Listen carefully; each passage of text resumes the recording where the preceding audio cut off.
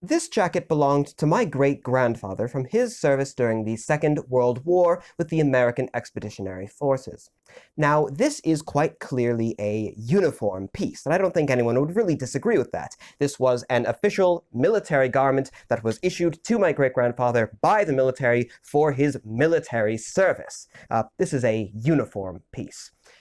However, if I were to take this garment and, shall we say, recreate it, sort of remake it, refashion it out of all of the same materials, the same kinds of materials, if I were to, recreate all the buttons with the exact same metals, to re-sew the uniform using the same 1940s, 1930s period techniques, if I were to remake all of the ribbons with the exact same kind of lacing and in the same patterns and everything, and I were to remake all of the patches there again with all of the same, well, at that point, this complete, this perfect, we might say, reproduction, if I were to make it, would that then be a uniform element or a costume? Now, that is a rather interesting question. Interesting, of course, first and foremost, primarily to myself and my fellow reenactors. Why, of course? Because it's really quite a common thing to see that's at a reenactment, a member of the public will walk up and they'll ask a question about our clothing. They'll say, oh, did you make that costume yourself? Or why do you have this on your costume? Things like that. And then oftentimes, myself included, the reenactors will sort of correct or sort of manage to, in the conversation, point out, oh, it's not a costume, it is a uniform, or they'll very much emphasize the term uniform in their response, like, oh, well, yes, I did make this element of the uniform myself, and they have this on the uniform to signify X, Y, and Z, things like that. Now, what exactly is the distinction here? Is there a distinction to be made? What is actually the difference between a uniform and a costume? Now, among many of my reenactor friends, there seems to be a sense that the term costume has sort of a negative implication. We think to ourselves that what we are wearing, these, appropriate period materials, the appropriate, authentic dyes, and it's all hand-stitched and made to the appropriate, proportions and whatnot. It's all custom, handmade, tailored to ourselves, all these different, very high-minded, very expensive, very difficult things, so to say. This adds a certain sense of refinement that makes it warrant a title such as uniform. We are wearing uniforms in our official capacity, portraying soldiers of a historical time period, as opposed to costuming, which sounds sort of cheap, sort of throwaway. Like I think of costuming and I think of nylon threads. I think of really cheap dyes that run if they get a little bit wet. I think of, well, this as opposed to this, which is what I'm wearing. Normally at the reenactments, that is. However, of course, I have another sort of section of friends, another little parcel of friends outside of the reenacting world who are all theater people. And I actually had a couple of weeks ago a rather interesting conversation with them about the differences between how we conceived of the term costuming. Because I mentioned that, I thought that the term costume was sort of like diminutive in a way, and they all disagreed rather strongly because, of course, in the theater world, the costuming department is a very, very important thing. They're not, putting together this for their massive shows and performances and whatnot, at least not when it could be helped. So long as there's an appropriate budget, they're putting together, period appropriate pieces. They're sometimes even using like vintage clothing and whatnot. So they are recreating the image, at least attempting to do so, as authentically as they're able to within their means, just as we are in a reenactment. So, while they use the term costuming for all that, they certainly do not mean it in anything close to a diminutive fashion. So again, we come to the question of what exactly is the difference between a uniform and a costume?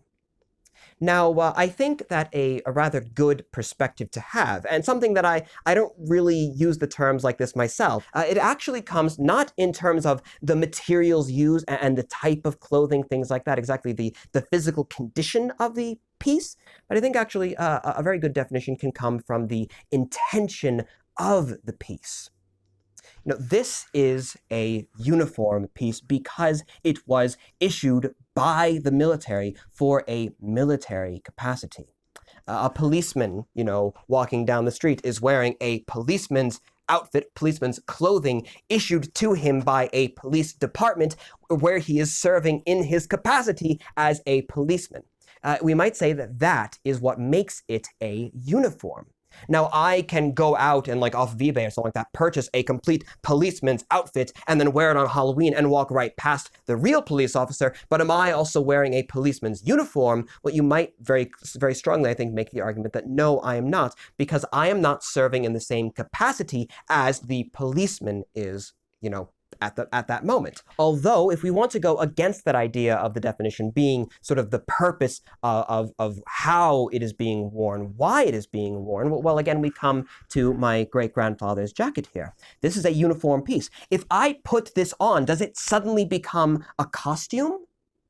I feel like we kind of want to go against that. That seems rather, at least again from my perspective, sort of demeaning to the nature of this piece of clothing and why it was worn, why it was made. If I put this on, it does not suddenly become a costume. And then when I take it off, it becomes a uniform again. Like, the terms, it doesn't seem like they should be so transient as all of that. In much the same way, if, for example, I were to dress up as a modern day, say, American soldier, I were to get the boots and the fatigues and the cap and all these different things, and I were to start prancing around, like in public and grocery stores and whatnot, well, that's referred to in at least this country as stolen valor, sort of pretending to be a member of the armed services when you're not actually. And that is, I think it's actually a crime. At the very least, it is significantly frowned upon for rather, obvious reasons, I think. That's not a good thing to do. But if I were to then just say, oh, no, I'm not wearing a uniform, I'm just wearing a costume. I'm just dressing up as a soldier. You can't arrest someone for wearing a costume. Well, now, again, as well, I feel like the police forces would rather disagree with the interpretation there. No, I would be wearing a uniform, but then we might also say maybe I don't have the right to wear that uniform. And that brings in another rather interesting element of not only, of course, is it a uniform or a costume that you're wearing, but if it is a uniform, do you have the right to wear the uniform? So that kind of goes against the idea that it may be depending on the context in which a piece is being worn, and that the definition goes back and forth depending on who's wearing the thing. I feel like it sounds good at first, but the more you look into it, there are holes to poke into that argument. So really, the more that we look into it, that particular definition does seem a little bit iffy, sort of changing the definition of whether an item is a uniform or a costume, all depending on the person who's wearing it. So that seems a little iffy to me. So what if we alter it just a little bit and say, rather than it depending on the context in which the piece is worn, maybe we can say the context in how the piece itself is actually made and why it is made. Perhaps we might say that a uniform is indeed a uniform if it is either that official piece of clothing that is designed to mark out a particular kind of person or kind of role, perhaps we can say, or indeed if it is made to that exact same standard. Like, this is a piece of clothing designed to mark out a member of the military. Now, regardless of whether or not it is marking out a member of the military, does not necessarily change the definition, or the nature of the thing as a uniform piece. I can put this on. I'm not a member of the military, but I can put on this jacket and it is still a uniform in that it is, in its design, in its intention, designed to point out a member of the armed forces. I, however, am not living up to the intention of the uniform piece. The same way, if I were to wear a policeman's outfit, I would be wearing a policeman's uniform, but I'm not actually a policeman, ergo the uniform is simply out of place. I think we're getting a little bit closer here with our definition. The same exact way, I can wear the uniform of a soldier from the 18th century, but in that I am not a soldier living in the 18th century, it is in that capacity a little bit inappropriate. But with that definition, again, we're actually left a little bit wanting, particularly as regards, well, costuming. What if we use that definition for a uniform, something that is utilizing the appearance of a particular kind of person? Well, costumes, we can say, are pretty much the exact same thing. Wearing the costume of a policeman's uniform, even if it's like made of nylon and all these really cheap materials, it's still meant to replicate the appearance to indicate, oh, look, that's a policeman. It's just that in that it's really cheaply made, oftentimes it's like, oh, look, that's a fake policeman. But again, that doesn't seem entirely right. To be able to say that this and this belong to the same category of costume/uniform, merely intended to distinguish, oh, this is this particular kind of person. It's just some of them are really good at doing that, and they're intended to, actually do it, so to say, while others are, not very good at doing that and only, meant to replicate an appearance, so to say. Aha. Well, maybe this is where we can have a proper definition. This is a very fine-made piece of clothing, a very expensive, very well-tailored. This is a serious, a genuine attempt to replicate, say, yes, this is indeed a uniform. This is a member of, in this case, the armed forces. There's no questioning it there. That is a member of the armed forces. That is a uniform.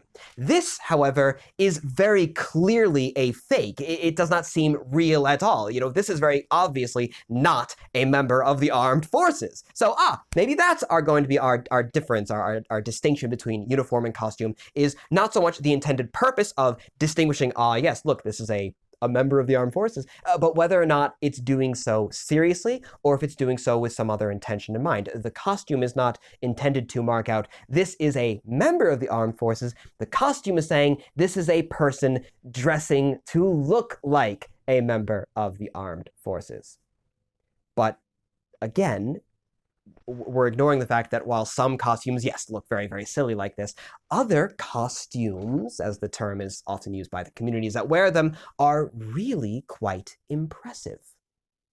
How exactly are we drawing this line? Are we to say that it is all based on the intention of the wearer, the intention of, I am genuinely this person and I'm wearing it to show that I am this person, or the intention of, I am wearing this thing to replicate the appearance of, I don't want you to really think I am, but I just want you to, I just want to look like the member of that society? Well, again, we come to the first problem of intention and these things just changing, going back and forth depending on whoever's wearing it. Again, a very, very loose definition, a one that doesn't particularly work all that well. So I think that you're beginning to see where the problems are unfolding here, are sort of unraveling as we go along here. With every definition that we provide, at first, initially, it seems like, oh yes, this can actually work really quite well as a distinction between these two things. But then the more you sort of muddy the water, the finer you get to the actual fine line of what exactly divides uniform from costume, the harder and harder it becomes to actually get a definition that really works solidly and satisfies all of the different positions. And if you want to muddy the waters even more, well, all of a sudden, let's look at uniforms that are meant to replicate the appearance of other uniforms, but are in their own right sort of uniforms, although they're made to the standard that if the one uniform were to look at the other uniform, they would say, oh no, that's just a costume. But people are wearing those uniforms in an official capacity to designate that they are a particular member of a certain kind of society, but also it's just a parody of the other kind of society. It's like, hold on now. I'm thinking things like marching bands, like stripper outfits. Are these costumes or are these uniforms? Well, clearly that woman up there on the stage is not really a policewoman, but she's wearing a clothing awful similar to a policewoman. Like, is it a costume or is it just a different kind of uniform? Again, we can muddle these waters an awful lot. Again, maybe a bit of a better one. A marching band person. Marching bands are very clearly inspired by old, like long 18th century Napoleonic style uniforms and whatnot, with their shakos and the plumes and the tunics and everything. But clearly they are not military uniforms. They're something entirely different. I think we can say that, yes, those are uniforms, even if a lot of them can be made of nylons and really cheap costumey materials, is again the way that I normally look at it myself, although I acknowledge it's not a good way of looking at it. I guess, no, those are still uniforms. It's just like kind of, at least the way that I would look at it, it's sort of, a shadow of the proper uniform, that being the military standard that it's sort of meant to emulate. Again, these things get more and more complicated as you go, and this is usually the problem with Socratic definitions, is it takes a long time and very, very intelligent people to really sit down and hammer out all of these details of what makes a thing itself and nothing else. oftentimes as well, having a working knowledge of other languages helps a great deal, because English is not usually very good for Socratic definitions. Like the fact that we only have one word for the concept of love. It's like, come on, what is that? Got to get the Greek in to actually talk about the concept of love appropriately. I'm starting to go off on a philosophical rant. We don't want to have that happen here in this simple, well, it's supposed to be at least a simple video. But again, costuming and uniform. What actually is the difference? Who knows? How could we define it? I certainly can't do it in this video, it seems. Maybe a good sort of middle ground, a good sort of compromise for us all, for thespians and reenactors both, and indeed even that world grows quite thin a great deal many times between acting and reenacting. Each requires a great deal of the other in many ways. Perhaps we might just say that effectively there's very little difference between a uniform and a costume. It's merely in how we use the terms to describe, shall we say, fancy clothing of some sort or other. Sometimes the clothing is good looking, it's authentic, it's accurate, it is indeed, good for the portrayal that is being sought, and other times it is merely not. In the same exact way that, we might say that, oh, wow, look at, that World War I play or that World War I movie. Well, their uniforms look really, really good. Well, they would say, oh, no, our costumes look really, really good. Well, in the end, it's the same concept being put forward. These are clothes meant to give the appearance of what happened in this particular year, meant to show off that particular thing. Is it a uniform? Is it a costume? Maybe it's a little bit of both. And exactly the same way with reenactment. So if a member of the public, I think at the end of all of this is a good lesson to put forward, is if a member of the public approaches you and they compliment your costume, it's not, don't treat that as an insult. Don't say, it is a uniform, not a costume, because in the end, costume is not necessarily an insulting term, just as uniform is not necessarily a dignified term.